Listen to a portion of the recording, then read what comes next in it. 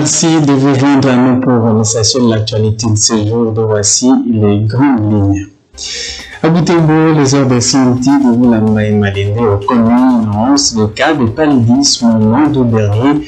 La zone de santé rassure que la situation est en train d'être maîtrisée, mais elle encourage les habitants de retour le moustiquaire envoyer insecticides pour se protéger contre la malaria, maladie responsable de décès dans plusieurs régions du monde. Au territoire de Béni, où j'ai saisi la justice pour exiger une poursuite à l'encontre du commandant de la police au territoire de Béni. L'organisation indexe sa responsabilité dans les dérapages commis par ces hommes dimanche dernier. C'était dans la soirée au quartier Massosi, le quartier périphérique de la cité de Lucha. Le dérapage là dans l'occasion d'homme et de blessés de l'entité.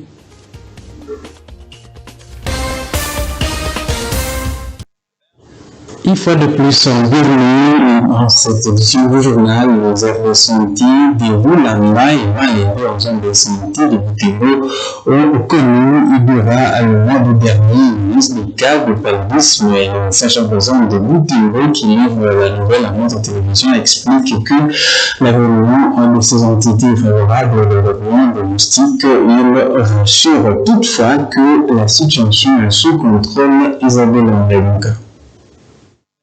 Nous présentons les statistiques enregistrées par ces services. Le médecin-chef des zones de santé de Butembo a révélé que les aires de santé de Vulamba et Malende ont été touchées par le paludisme durant le mois d'août dernier. Il explique cela par le fait que Vulamba regorge des trous abandonnés qui favorisent le développement des moustiques, alors que Malende, lui, héberge des habitants qui se rendent souvent dans des zones paludiques sans kit de protection. La zone de santé de Malende, la zone de santé de Vulamba. Vulamba a connu quelques cas de paludisme grave, forme ictérique. Il y a eu même des décès dans 3 à 4 familles. Alors que nous avons essayé de pousser un peu plus loin, ce sont des familles qui se déplacent pour des campagnes agricoles. Alors quand ils partent camper au chat, ils ne partent pas avec des moustiquaires. Et ils sont exposés à des piqûres de moustiques. C'est ainsi qu'ils se sont revenus avec un paludisme grave. À Malende, on est parti voir, il y a des trous qui ont été abandonnés par des creuseurs qui constituent des gîtes larvaires. Alors ce sont des endroits propices pour la multiplication des moustiques. C'est ce qui a essayé d'expliquer un peu ce cas. Alors on a essayé de parler à l'autorité communale pour qu'ils voient comment aller drainer cette eau stagnante pour que ces gîtes larvaires ne soient pas entretenus à Malende. Il rassure toutefois que l'endémie est en cours d'être maîtrisée. C'est vrai que nous vivons avec le paludisme comme une endémie en République démocratique du Congo et à Butembo aussi au Nord Kivu.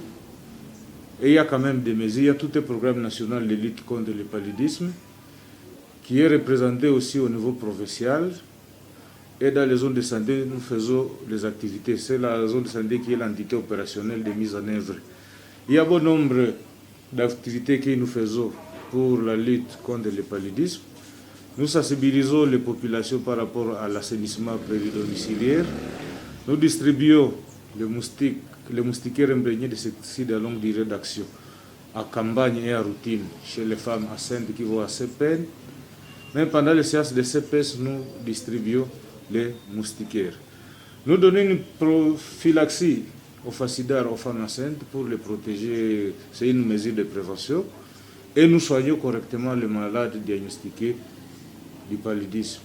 Le médecin-chef des zones de Butembo encourage les habitants à ne plus rejeter les dons des moustiquaires imprégnés d'insecticides, car il s'agit, d'après lui, des kits de protection efficaces contre le paludisme ou la malaria, une maladie à la base de plusieurs décès dans le monde. Il s'observe à Butembo la rareté de petites coupures dans la monnaie nationale franc-congolais depuis plusieurs jours. Il s'agit de 50, 100 et 200 francs congolais ce qui met dans le mal différentes transactions du secteur transport en commun, en passant par la vente de produits divers. Le but de cette petite coupure est à la base de tirer entre les clients et ses fournisseurs. Avant tout, la rue, certains habitants appellent le gouvernement à injecter d'autres billets de la mêlée pour sur le marché. On écoute le propos, l'un des propos ont été recueillis par Michel Soaroussina, si vous voulez. Je suis en train de marchander, mais la vendeuse n'a pas 200 francs à me remettre. C'est vraiment déplorable.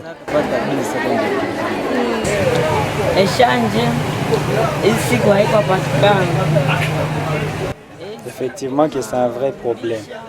Des fois, nous sommes obligés de donner des friandises à nos clients quand nous manquons des petites coupures.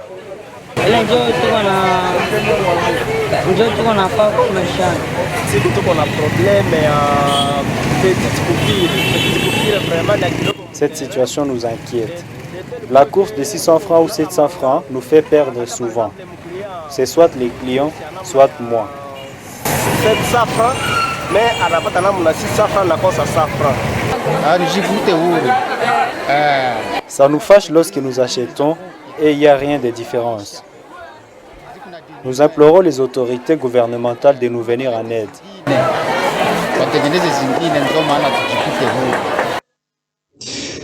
Revenons sur la session parlementaire du mois de septembre. C'est ouverte mardi dernier au Parlement à Kinshasa. Cette rentrée parlementaire intervient après des vacances parlementaires, période durant laquelle les députés doivent revenir dans la circonscription électorale pour rendre compte et évaluer les besoins de la population. Les habitants déplorent l'absence de nombreux élus pendant les dernières vacances. Ils s'inquiètent déjà de la qualité du rapport qu'ils présenteront au Parlement pendant cette session budgétaire souveraine. De ma part, je n'ai rien vu d'important quant à la mission des députés. Ils nous ont déjà délaissés, nous vivons dans l'insécurité. L'essentiel pour nous, c'est le maintien de la sécurité. Notre appréciation est négative parce que les gens que nous avons envoyés à Kinshasa pour nous défendre ou alors pour parler à notre nom, nous étant que population, nous constatons qu'ils n'ont rien fait pour ce premier et pour cette vacance parlementaire. Ils n'ont rien fait parce que nous ne les avons pas vus. Ils ont été visibles dans notre contrée. Nous avons appris qu'ils doivent être ici. Ce que nous savons, ils doivent être ici. Mais en tout cas, nous les comptons négativement parce qu'ils n'ont pas été sur le terrain. Et nous manquons s'ils vont dire quoi? C'est qu'ils ont récolté. Peut-être qu'ils vont inventer le leur là-bas. Nous sommes inquiets, nous sommes dans les commandes parce que normalement ils n'ont pas fait leur travail. Ils n'ont pas fait le travail qu'ils devaient faire. Nous sommes inquiets et nous sommes dans les commandes. Nous ne savons pas qui sera notre père là-bas. Au Nord Kivu, rien n'est fait. Les députés ont failli à leur mission parce que ce sont eux qui sont considérés comme nos défenseurs là où ils sont.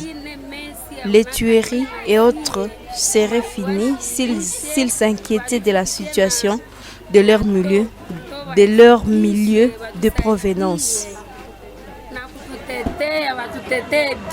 Les journalistes, nous personnellement, ce que nous semblons déplorer, de toutes les fois qu'ils sont envoyés dans la base électorale, la population ne les voit pas.